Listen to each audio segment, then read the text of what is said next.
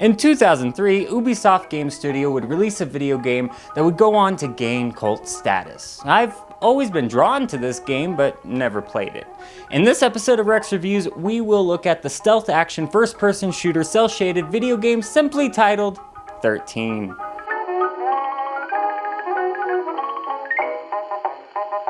20 years ago, 13 was released to the public. It was available on Xbox, PS2, GameCube, and PC.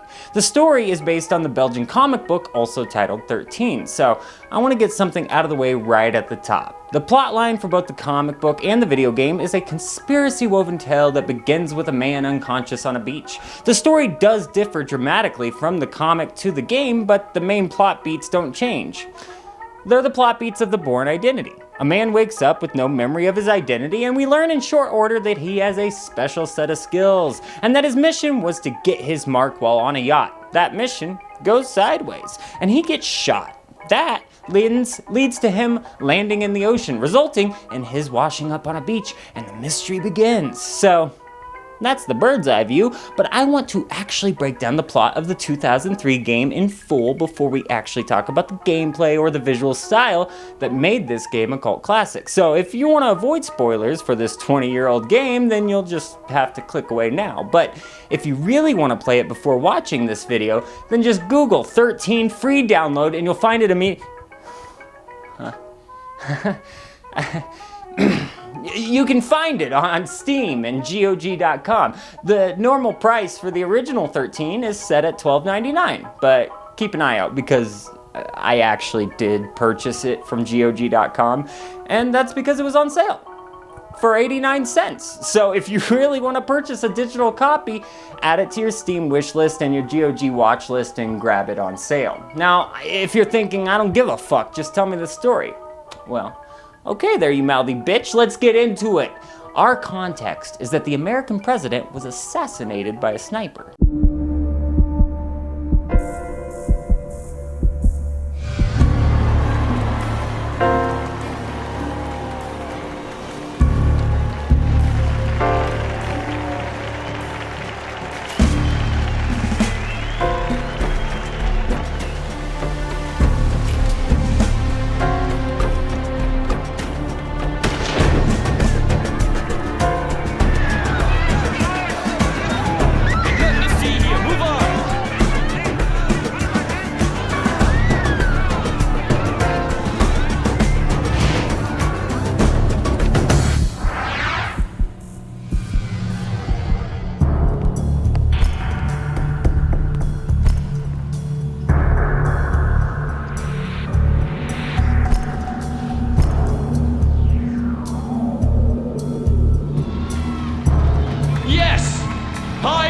Continue the work that my brother William started.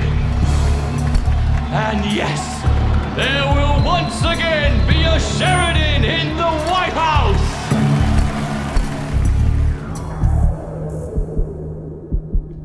Think your FBI paper pushers are a match for Sheridan's assassins, Amos? I don't. Keep your opinions to yourself, General Carrington. As you know, we can't proceed with the investigation without proof. No one can stop me from conducting my own investigation. You hear me, Amos? Number 13 will soon no longer be a problem.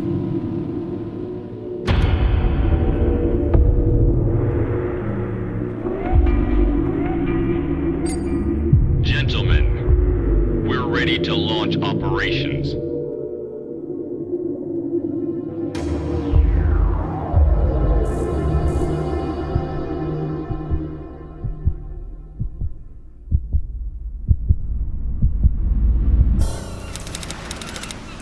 Frank, it's Janet. I've just finished my rounds. Do you still need me in this area? Okay, I'll head back to HQ. Feels like today's gonna be a quiet one, huh? Did you see the water this morning? Wait, what's that? Hold on. I'll call you right back.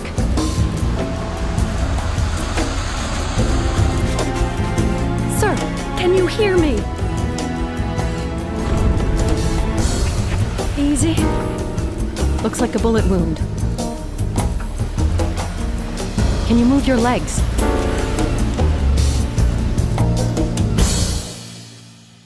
You wake up on a beach, and this lifeguard is attempting to help you. You faint. Waking up in the lifeguard's shack, you are informed that you had a key for a Winslow bank in your pocket.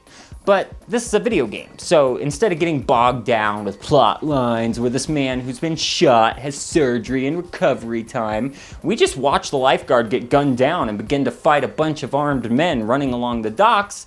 You escape from the many gunmen and a helicopter on your ass. You steal a truck and escape into the city. Then you proceed to Winslow Bank to investigate the only lead you have. When you arrive, the teller recognizes you and calls you Mr. Rowland. Then he takes you to your safety deposit box. This leads to a flashback where you set a bomb in the box. Back in the present, the bomb blows up in your face. Luckily, the trap provides a path to the escape. You traverse the bank's floors until you end up in Mr. Winslow's office. He's very pissed off, screaming that number 13 is still alive. He escapes and lets his security guard take the beat down. You continue to escape with the addition of taking on assassins sent to destroy you. You make it out alive just to be apprehended by the FBI, where we learn that your name is Steve Rowland. You were presumed to be dead, and you assassinated the president. One-armed Colonel Amos here is the director of the FBI's anti-terrorist initiative, and he's leading the investigation on the president's murder. Luckily, a distraction in the form of an explosive force sends the FBI out of the room, and a camo-dressed woman takes the opportunity to free you by shooting your handcuff off. Although, I'm worried that she did just fire off 3 shots like that, and side note here, this is the only time I'll reference the 13 remake during this recap, but in that version, when this moment takes place, the mysterious woman, from here on referred to as Major Jones, only fires a single bullet, which is something I appreciated. Anyway, Major Jones tells you 3 things. Mongoose found you, meet her on the roof, and don't kill the federal agents. In your escape through the halls of the FBI building, assassins return and we can kill them. We find the explosion point at the wall and walk through the hole into an abandoned building, though it's currently occupied by cannon fodder. You traverse your way onto the top of the building and meet up with Major Jones. She's shocked you don't seem to remember her, but she's still all business. She gives you a grappling hook and you ascend the current structure, obtaining a sniper rifle and putting it to good use. You and Jones make it to the helipad while gunning down fools. Along the way, you learn that a man named Carrington was arrested by General Standwell, and he's being held at an army base in the Appalachian Mountains. So, that's your next stop. You get dropped off outside the base and Jones takes the chopper to a meeting location. General Carrington is being held captive, but his men are being murdered. A man named McCall mobilized his soldiers to get information out of Carrington, and we hear a couple of soldiers talking outside of a storage building about it. Stay in this dump. All this for that fossil Carrington. And I know how he is. He won't talk for hours. Why did that pinhead McCall need to mobilize this many men in the first place? Keep talking that way about McCall, and you'll end up like Blake. Enough already about Plain Rock Mental Institution. Blake just joined the Foreign Legion without telling anyone. Damn straight. I'll be doing the same if McCall keeps putting the deep freeze in our asses. I joined the Spots to go to the islands, not this crap. Gotta admit, it's cold as hell here. Colonel McCall is head of the SPADS, which stands for Special Assault Destroying Section. Now, even though I'm not honestly that observant, I did play this game in full twice. Not once in the entire game did I know what SPADS stood for, though I assumed it was something. So they don't reveal in the game directly how dumb it is, but SPADS sounds dumb. Anyway, you get through some air vents and hear Colonel McCall talking to General Standwell. Standwell is the guy behind the SPADS unit. At this point, Colonel McCall has taken it to the point of no return, and they're gonna kill all witnesses to their ambush. Carrington is safe for now because they need info, but you better get to him quick. With a little run and gun, you get into another vent and hear Carrington's voice for the first time. It sends you into a memory. General Carrington is pulling you from the SPADS, but he's got a mission for you. So that's all you know so far.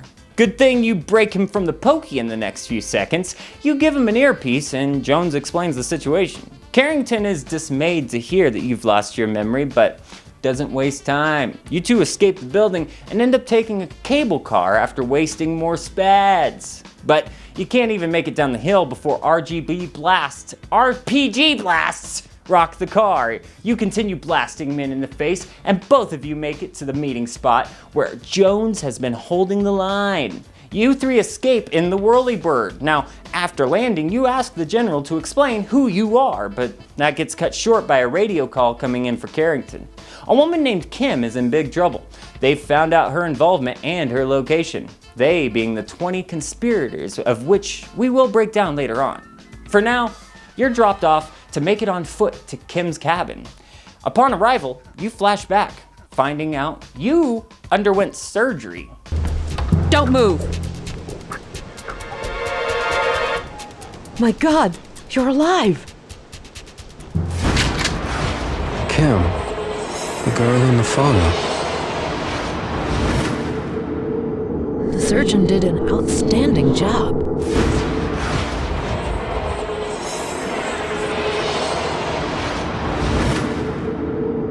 It's coming to. Increase the dose of sufentanil. Shall I start the tattoo? Go ahead.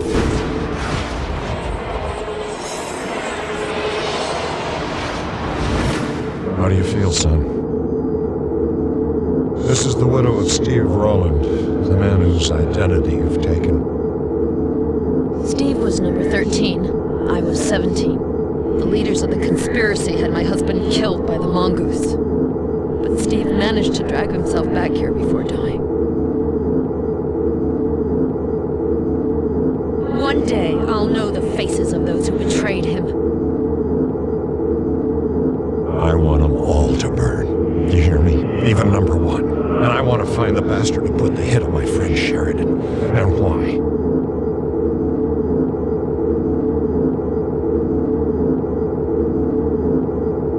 When they see Steve's ghost, they'll slip up.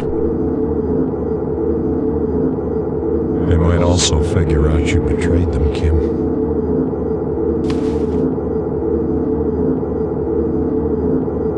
Turns out, Kim knows a lot. She gives us directions to make it to a Spad's camp to take down 3 of the conspirators. Now, there's an ambush from the mongoose and his goons on the cabin, and you eventually escape while Kim goes off on her own. But you don't make it far before you're swallowed by an avalanche. You get saved, but not by your companions. Instead, by the man going by Mongoose. When we regain consciousness, we're locked in a cell where a doctor and the mongoose are preparing for our torture. At this point, the mongoose isn't so sure I'm the man that he shot 3 times in the chest. It's now time that I make my one reference to how this differs from the comic. In the first few pages, it's established that the signature white stripe in 13's hair is from where the bullet hit him in the head and destroyed the pigment in his hair. Now, in the game, it seems that's just how he looks. Anyway, you get led to the asylum washroom to get ready for your doctor's appointment. But when you get in there, you knock out some guards, steal their keys, and head through the air vents until making it through the prison and into the medical ward. Then you fall through the doctor's personal office/operating room. You kill the man like a boss and end up in another flashback to a recon mission. The sanctuary. There are 20 of them, son. 20 conspirators hiding behind numbers. Gentlemen, it's an honor to welcome the leaders of the group to my estate. And as the prestige of these surroundings is in keeping with our ambitions, I hereby offer you the opportunity to organize... Can I show this on YouTube? Okay, anyway. You rescue his assistant who wants to be taken hostage to help you get out of the building. Now, once outside, she's still with you, and then you really take her hostage by gunpoint and have her run away from the police while driving an ambulance, which she fucking crashes crazy hard. You're both fine though. Anyway. You get a radio call from Jones explaining that she has a ride waiting for you at the bottom of this canyon you found yourself in.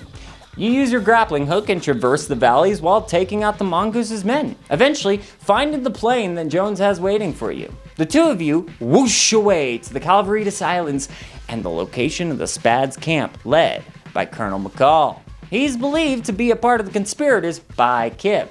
Jones shows apprehension and a lack of trust in Kim specifically. I mean, you don't know the relationship with Kim to the other characters here, right? I gotta say now that this game has a problem clarifying what's happening. Let's talk about Kim. Here's what I know. She's Steve Rowland's widow. I know she worked with General Carrington, but otherwise, I know jack shit about how she fits into the story. And if I look at the manuals, she doesn't appear. And now I bring up the made-for-TV movie and how it handled Kim Rowland. She's Carrington's daughter there. But if you want a backstory on Kim for this game, you need to have the official strategy guide, which states, Kim Rowland was recruited from a college campus by CIA scouts at the age of 22. After a handful of training sessions, she became a sleeper agent for 3 years. Kim was activated by Carrington after he confirmed the existence of the shadow organization, the 20.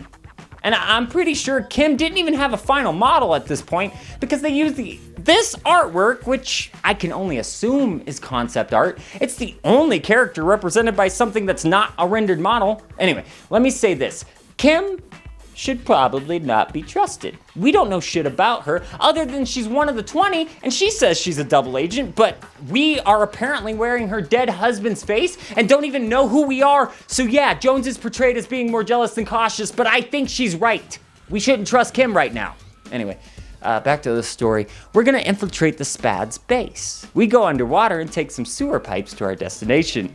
We want to spy on McCall's conversation. When we arrive at the camp, we do so via a sewer drain in the showers and end up getting some sass from the real Steve Rowland in a flashback. Hey, Fly! I'm out on leave tonight, so don't make me look bad while I'm out. Just because you won yesterday's exercise doesn't make you a hero around here. So you were there before and interacted with Steve. He was also at the McCall SPAD's camp and got his panties in a bunch about you being better. You make it to the location and plant the listening device, capturing Colonel McCall talking to number 1. Gather round, gentlemen. This is number 11. Do you read me? Affirmative. Go ahead, number 3. Good evening, number 1. President Galbrain still believes in a simulated state of war and has just authorized the SPADs to supervise the army during the maneuvers. Over. Good. Number 5. I'll be receiving the list of those supporting the cause tomorrow. Number 9 will hand it to me at the plaza. Over. Number 11. The arms shipment will arrive tonight. My men are eager to serve the cause. Over. Excellent. What about number 13? I have his military file here. I removed it from the Pentagon to block the FBI's investigation. Good. As for number 17, no need to continue this search. I have something here that she will definitely come and claim. This meeting is adjourned, gentlemen. Good night. I'll walk you out. It was a privilege to meet you, Colonel McCall. He's even more impatient than his men, isn't he, Colonel? Very perceptive of you, General.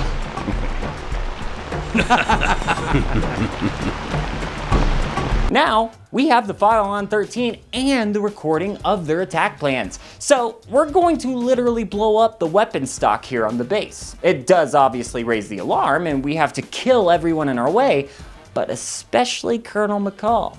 We take a key off his corpse and make our way to the base holding a submarine that's about to leave. We gotta get our ass on there. You know the drill to get there. And now you're on the ship. But now that we're on the ship, if anyone catches us, we're going to sound the alarm and it's an instant level restart. So we go full stealth here, timing our moves, hiding bodies, and remembering patterns upon level retries. But we make it to the captain's location and hear his call, number 1.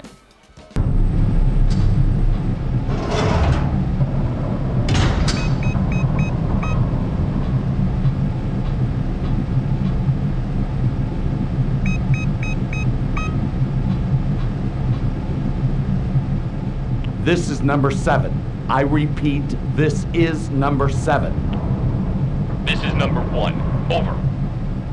I moved up the USS Patriot's departure for the protection of the shipment.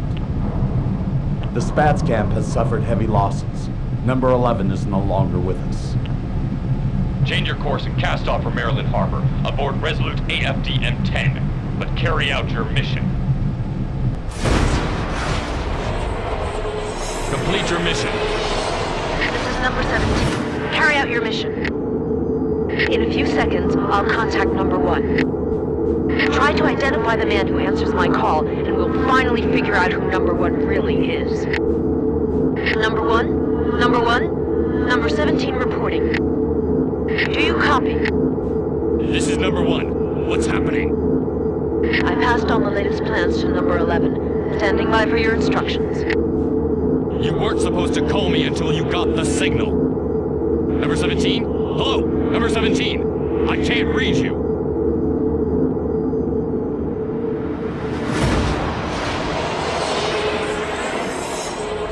Number 1. I was so close. I just have to remember his face. Now that we have made our way on the ship and past the captain, we need to find a spot to stow away. We do that in the officer's cabin shower, which doesn't work, and the alarm still gets sounded off while we're trying to remember our past, but that's their mistake because now we can start blasting them in the face. But on our way to the captain himself, we still have to kill the captain. We get confirmation on the captain's corpse that he was number 7. We get a final key and escape via the torpedo port. Escaping the submarine puts us in a hangar that we also need to vacate as soon as possible. Along the way, Jones contacts us to say that Carrington will meet us outside. On our way out though, we're gonna blow up the submarine propellers. Unfortunately, getting out of the hangar isn't enough. We still need to make it through the warehouses we've found ourselves in, and we need to take down this fucking helicopter. But once that's done, you'll be confronted by Amos and Carrington. Carrington did the heavy lifting and convinced Amos we're here to help, not hinder. Drop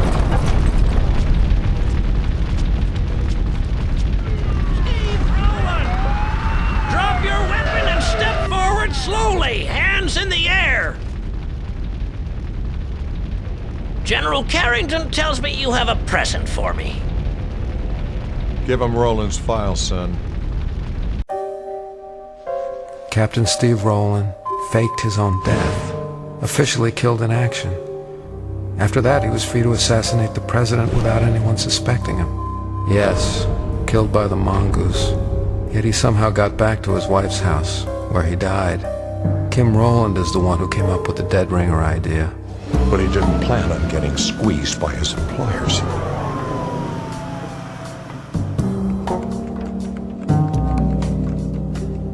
I arranged for this man to undergo plastic surgery in order to make him resemble Steve Rowland. The bait worked like a charm. The wolves came out of their den. Colonel Amos, this man is innocent.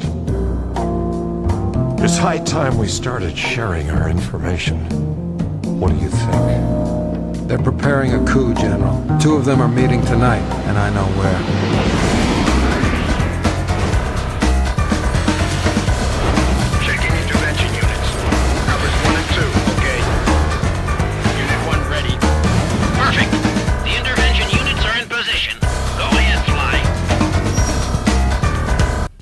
There it is. We already had that info, but now it's all nice and packaged up. Still confusing, but there it is. And we got a more clear mission. Take down the 20. That's about it. Well, I guess that and find out who number 1 is, but that's pretty much wrapped into take down the 20. Anyway, you have good news in that we know where the members of the 20 will be meeting, and we can spy on them with the help of the FBI. We post up in a hotel room across from the meeting spot and listen in on the conversation. Now, even though you get spotted, you do have enough time to shut down the power to the elevators and just kinda murder both Winslow and Willard, number 9 and number 5 respectively. We learned that number 5 was running a cover baking company as the headquarters of the 20. You infiltrate the place using stealth and eventually come upon a chapel that sends you into another flashback.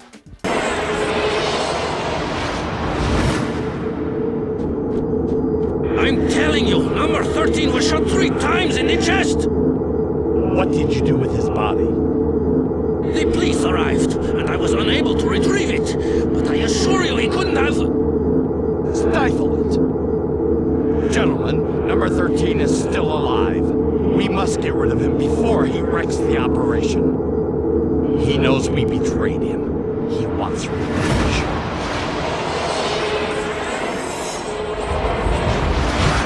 Entering the chapel, you discover a secret entrance in the floor. You make your way through the Masonic-style halls and stairways until you end up in a decorated room with yet another secret entrance that will lead you to the darker depths of the estate and to find the 20 in the middle of their meeting. You take the time to eavesdrop just before dropping down some hot lead on these clan-looking fucks. Now, you might imagine that they don't take it well, and in turn, they spin their bullets in your direction. Now, you take the cliff sides and eventually fight off some helicopters before getting picked up by the FBI.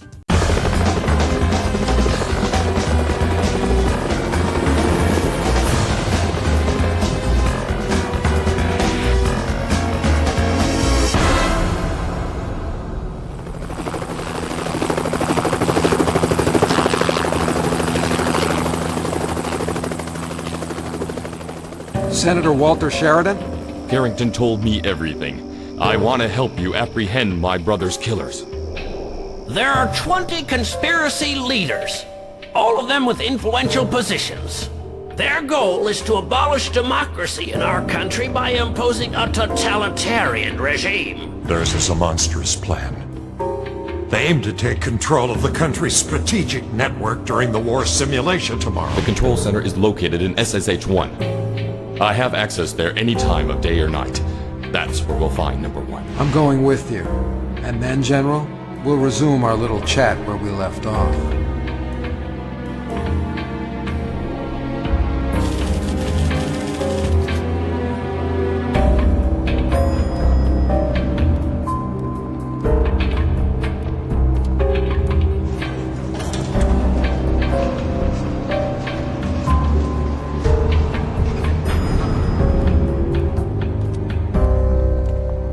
Now, you've got the support of the assassinated president's brother, the man running for president, and the man with the power to get you into any building in America.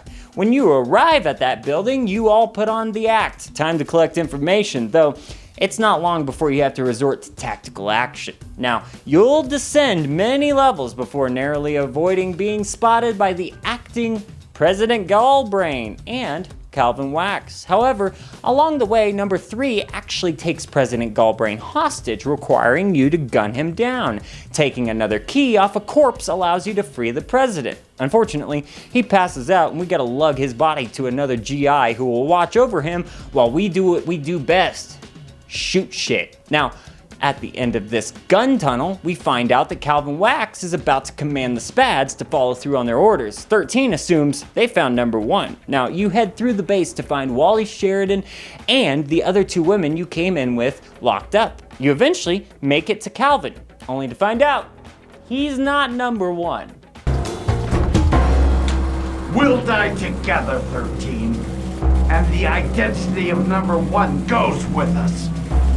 There's nothing you can do!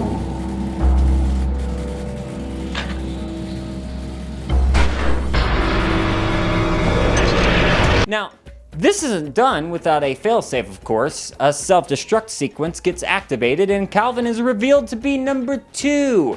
You free Sheridan and the women as Wally has to rattle his brain to remember the code into the missile control room.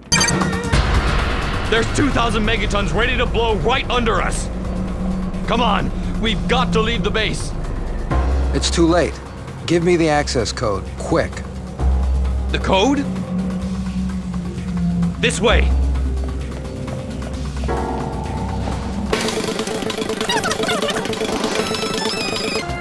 Damn it! The code. Oh, what is the code? APX420. No, HPX604. APH624, that's it! So we got a very unclear route to our goal, but it's not hard at all really, and I fucking promise that you'll do it a few times. Goddamn fuck this part. Well, not this part, but fucking fuck this. Oh. Right. Yeah. So you're on the clock, and you need to stop the nuclear missile crisis in progress. It's a matter of shooting a lock off and just straight up destroying all the equipment in the control room, but it works, and that's fine by me. To exit the missile silo, you need to descend an incredibly long ladder and then go to the other side and ascend an equally long ladder. To your dismay, however, the mongoose is going to take you head on. Good thing that shooting a nuclear missile exhausts just enough gas to stun a person for moments at a time, so you can gun them down whilst the missiles, for some reason, reset to their normal position.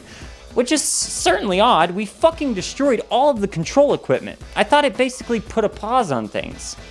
I guess it just, oh yeah, the mongoose battle. Anyway, you finish him off and dramatically he falls into the missile pit. Jones was there with the assist, and just around the corner, you meet up with Sheridan and Carrington. We pass some time and catch Jones and Jason Fly sharing a flirtatious look. Oh, did I not say his name was Jason Fly? I just played the clips? Is that confusing? Well, guess what? That was on purpose. When I was watching this scene and the little text at the bottom said Jason Fly, I felt like an idiot because I had to rack my brain to figure out who that is. Oh God. It's not time for this yet. Oh God, get it together, X. Oh God, there's one person watching. Don't let them down. Don't let Mom down like this. Fuck it, play the clip.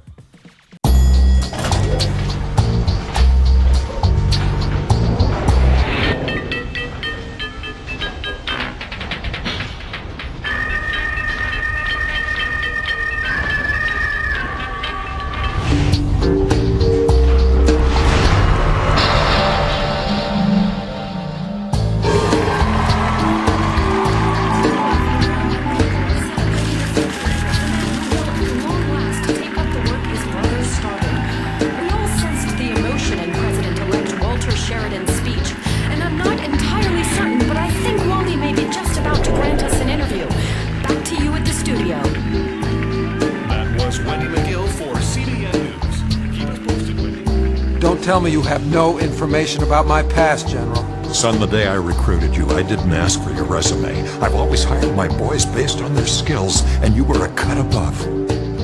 What about Jones? You always appreciated her discretion. Hey, she's invited too. Maybe she'll know something.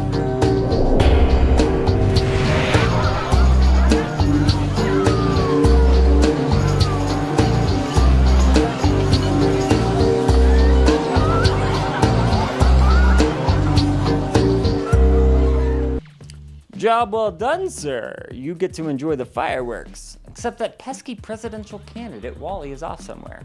He should enjoy this. So we go to find him. Things start to look very familiar, and we hear Kim in distress.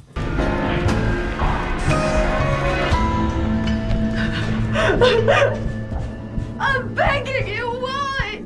Give me back my son! We had a deal, Kim!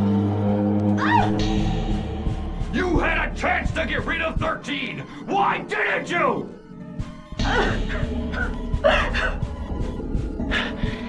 This is the mongoose.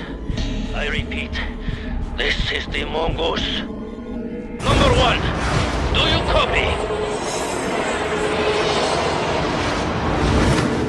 Number 1 here. I copy loud and clear. Can you see him? Who's number 1? Tell me, quick!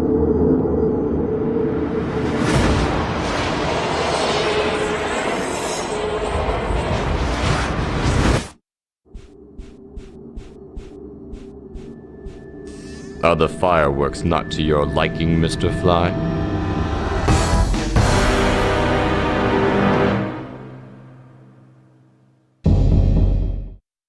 Aw, shit, dog! It was Wally the whole time! He had his brother shot and then had the shooter assassinated by the mongoose. Too bad the mongoose fucked it up and left Steve Rowland, aka 13, alive enough to make it back to his wife, who, as number 17, was able to set up a plan to take a super soldier and make him look just like her late husband. That way, the 20 would come out of hiding thinking Ghost was on their tail and investigating them. Holy shit, that's wild. There's like a lot of fucking lore in here. Remember, it's 20 conspirators, 13 and 17 are accounted for, but that's 18 more people to keep track of and their involvement in this moving plot. It really becomes too much, and it feels like a movie that smashed together a few books just to make a single film. I'm looking at you! Movies!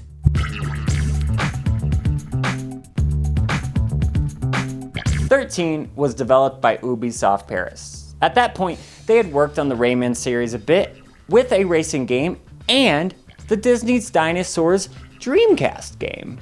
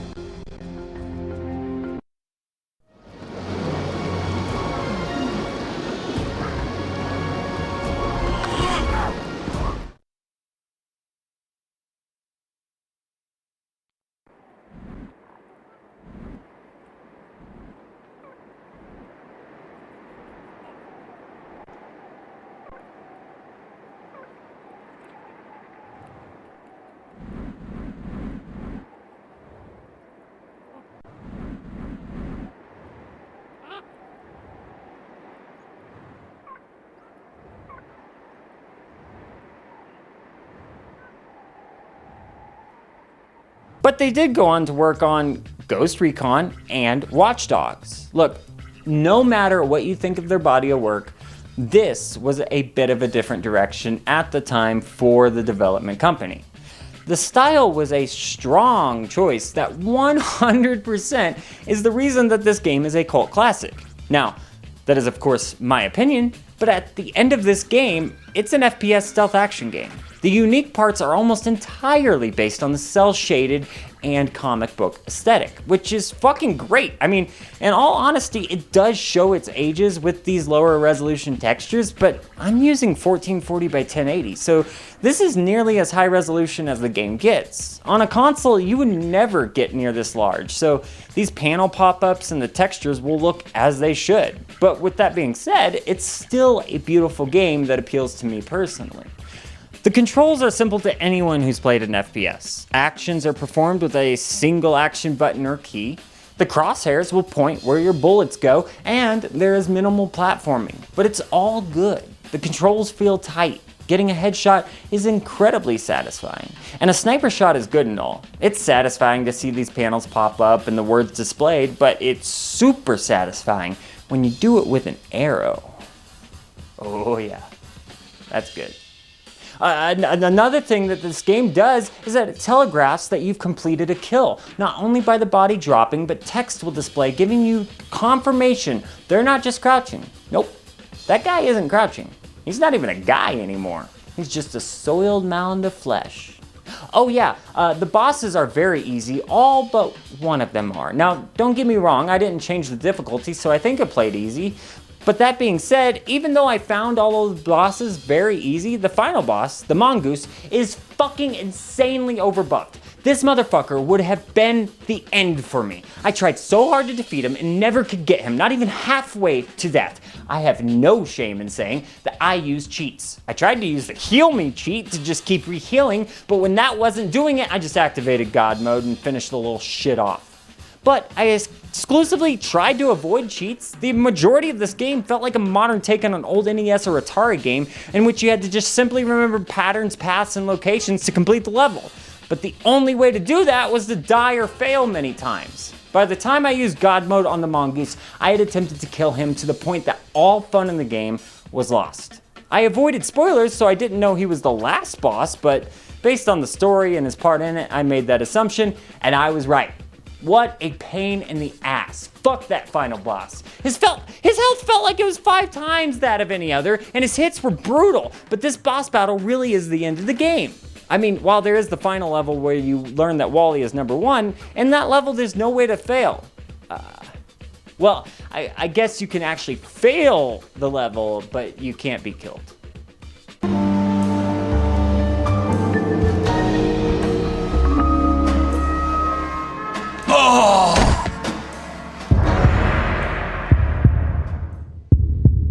It's an interactive wrap-up, and I really liked that a lot until it literally ended with a "to be continued."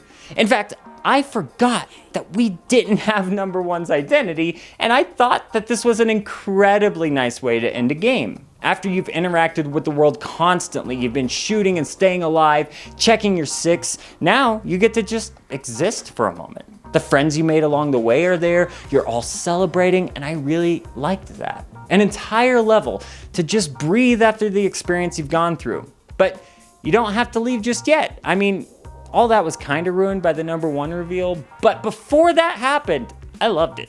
Anyway, something that did help this game stand out a little was its mix of stealth and action, but as a player, when the stealth levels came in, it could be a little stark. A lot of the time, you had the choice to run and gun. Other times, you can do that, but you had to run a higher risk of failure because the men could trigger an alarm. All that said, on rare levels, you might not even be able to be seen lest the alarm be sounded, and you will have to restart the level. Now, to be fair, I only remember this on the first part of the submarine, but it's still a bit of a surprise. There are collectibles in the game, but I never tried to find them, nor did I really remember exploring to find them. I believe that most of them are on the story path anyway. The last document you pick up is actually the last thing you do in the game. You get the Pentagon file on the floor of Sheridan's office in the boat before he finds you. All in all, I really enjoy the gameplay of 13. While frustrating on certain portions, I never felt like it was because of the game. I just needed to take a moment, and it would always be something I could get through. Except the fucking mongoose. Anyway, the weapons selection is almost too much. From the pistol selection to automatic rifles, throwing knives, and objects in the world, there's a lot of selection. But throwing a knife into someone's skull feels just right, and it's a fun way to clear a stealth level when you're allowed to kill the opposition. But when you can't murder the security, then grab a chair and bash them over the head, or a shovel, or a broom, or a bottle, or you get it. But that's not the end of your inventory. You will pick up health along the way, but it's not just used upon pickup. You hold it and you can use it with a key or button press. The rest of your inventory is automatically filled out to the level's requirements, and it could be a lockpick, which is okay, but it can only open certain locks. Another great but difficult to master gadget is the grappling hook. It can lift you up, drop you down, and act as a Spider-Man web. However, you're not Spider-Man, so you take all the fall damage, and it really does take some time to figure out the best ways to use this thing. There's a warehouse level where you must use this thing to swing across a great distance and lower yourself at the same time in order to make it to the other side, and I just died over and over attempting it. Once you do have a handle on it though, you'll find that it's another satisfying mechanic that feels good to master and land without harming yourself. The only really downside is that it's only used for a few portions of a few levels before it's relegated to a gimmick. Now, if we're talking about gimmicks, we should talk about the voice actors hired to bring 13 alive. Jones was played by 2000's rap hit artist Eve, and it was a good choice. I like Jones. I like her delivery and her attitude. General Carrington is voiced by the iconic and beloved Adam West, adding playful nature to his character, like he's taking on the 20 because it's right and because it's kind of fun. 13, or I guess Jason Fly, is voiced by someone who sounds like they've been shot in the head, even though apparently this version of the character wasn't. I'm serious. David Duchovny gives the laziest delivery I have ever heard. You might as well make him a silent protagonist. Now, I realize that this guy has memory loss, but he wasn't supposed to become an android. Seriously, what a fucking waste. Your main fucking character sounds like he just woke up, went to the bathroom, and recorded his lines between the fucking flatulence echoing from the toilet bowl he's destroying because of the hangover from the night before.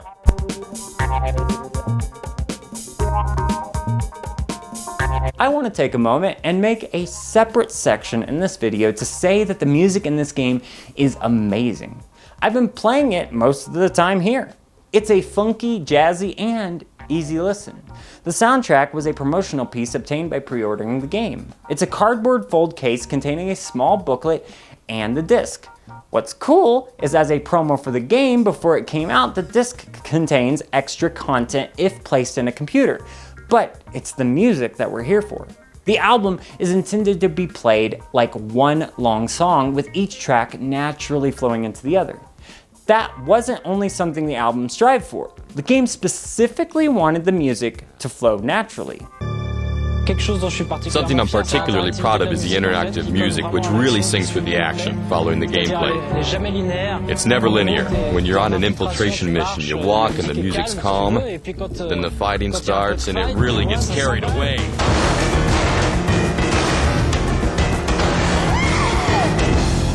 The album has been very well archived online in general, but Rex Reviews learned of this booklet and saw it had never been scanned. So if you check our sources, you'll find extremely high resolution scans of the album case, book, and CD.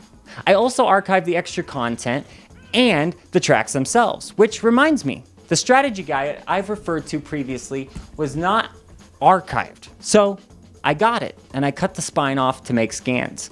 It's a really cool layout, and it gives unique insight to the background of the game. I mean, look at this. Oh, god damn it. Ah, shit.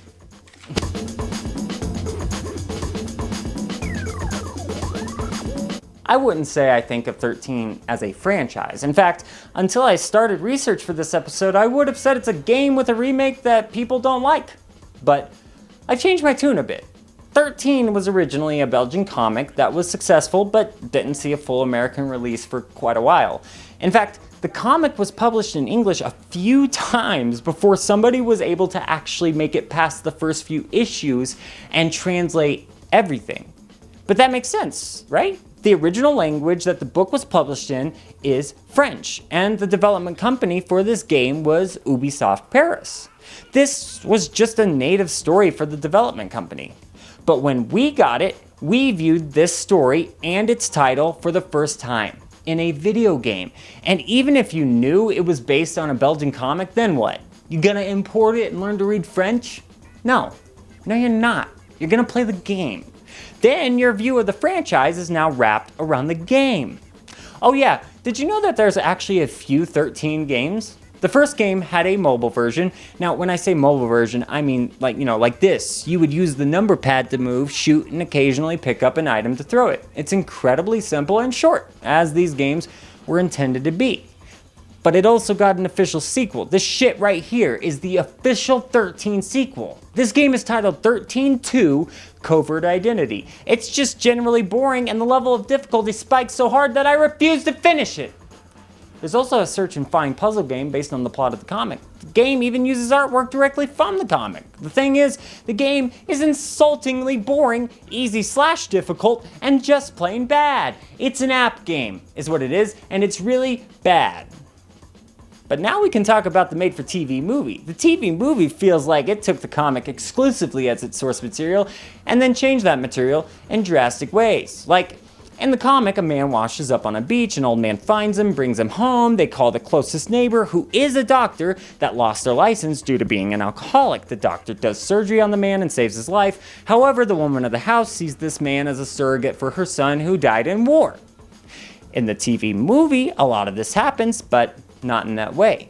In the movie, an old man finds a man hanging in a tree in the woods, unconscious from landing there after parachuting down. When he brings the man home, his wife is the disgraced doctor who has a drinking problem and sees this man as a surrogate for her son.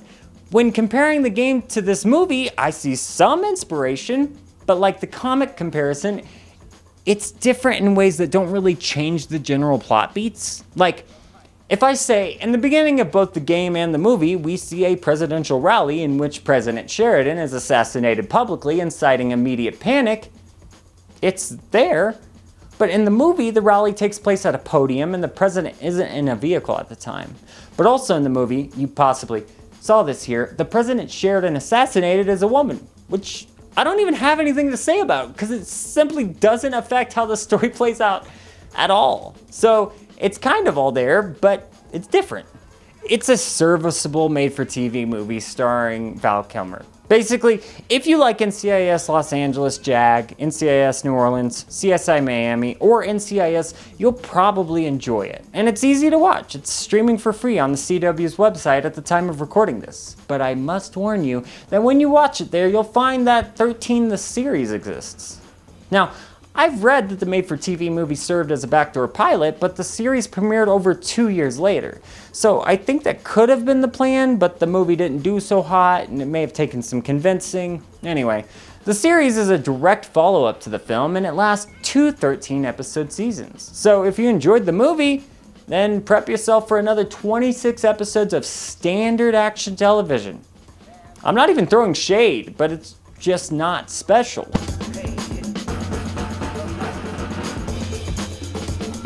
XIII is really known as a video game, a 2003 cel-shaded first-person shooter action stealth game. That is its claim to fame. That cult status resulted somehow in a remake being greenlit. It was developed by Play Magic and released November 2021. However, it was not well received at all. People hated the remake. However, 2 years later, the game would be patched by another company, Tower 5. And the community would actually respond very favorably, calling the patch a remake of the remake. Tower 5 overhauled the game to be unrecognizable from what was released. Now, I don't have anything to say about the pre-patched remake because I didn't play the game until February 2024. So I played the patch version. When I began looking at XIII for Rex reviews, I anticipated I would play the 2003 game and possibly play some of the remake. But after completing the original game, I wanted some improvements and I wanted a more modern experience from the same game I had just played, and I got lucky. The remake is exactly what I was looking for. I played the original and the remake back to back in one weekend, and it's amazing to me how much the remake does right. Now, I need to make it clear, I'm not saying that as someone who got a prime experience, but this game feels just right. It's just not the same game. It's the same voice files, so Adam West is going to be there for you. You're still gonna sound like an actual brain-dead potato. And Major Jones still reminds me that it's an experience that I actually recommend if you've been put off by the bad reviews. The remake doesn't contain the exact visual charm of the original, but you will be able to beat it without God mode. It's another game I only purchased because it was on sale. It was $5 at the time, and for that price I got my money's worth. There was a point I was playing the remake and I was thinking, I'm just gonna play it until it makes a change that is so different from the original I don't really recognize it. And that just didn't happen. I completed the game and I even knew the exact moments I would complete portions because I had just done it a couple hours earlier. While I know it was a very rocky path to get here, I think the remake is worth a play. But if you're a fan of the classic who hasn't played the remake only because of the initial release, search XIII Remake GOG free.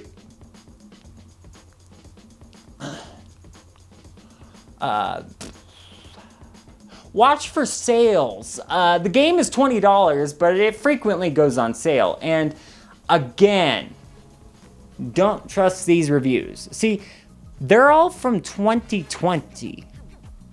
Huh. Hold on.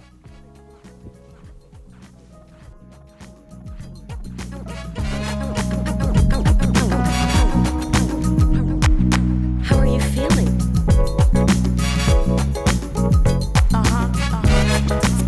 Still no memory? Okay. How are you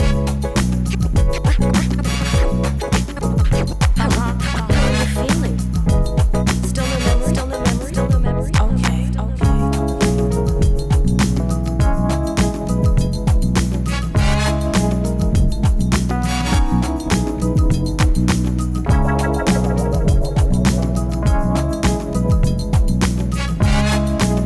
I know other people had a horrible experience, and I don't want to discount that, but I played a really good game that I enjoyed, and I want to recommend it.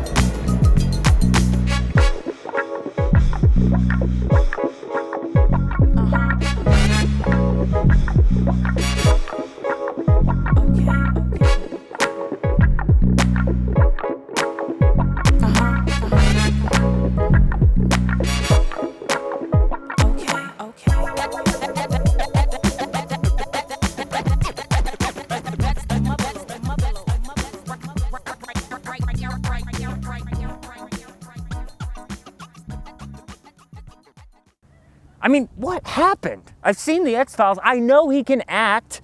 I want to believe. Oh, shit. I think David Duchovny might be stupid.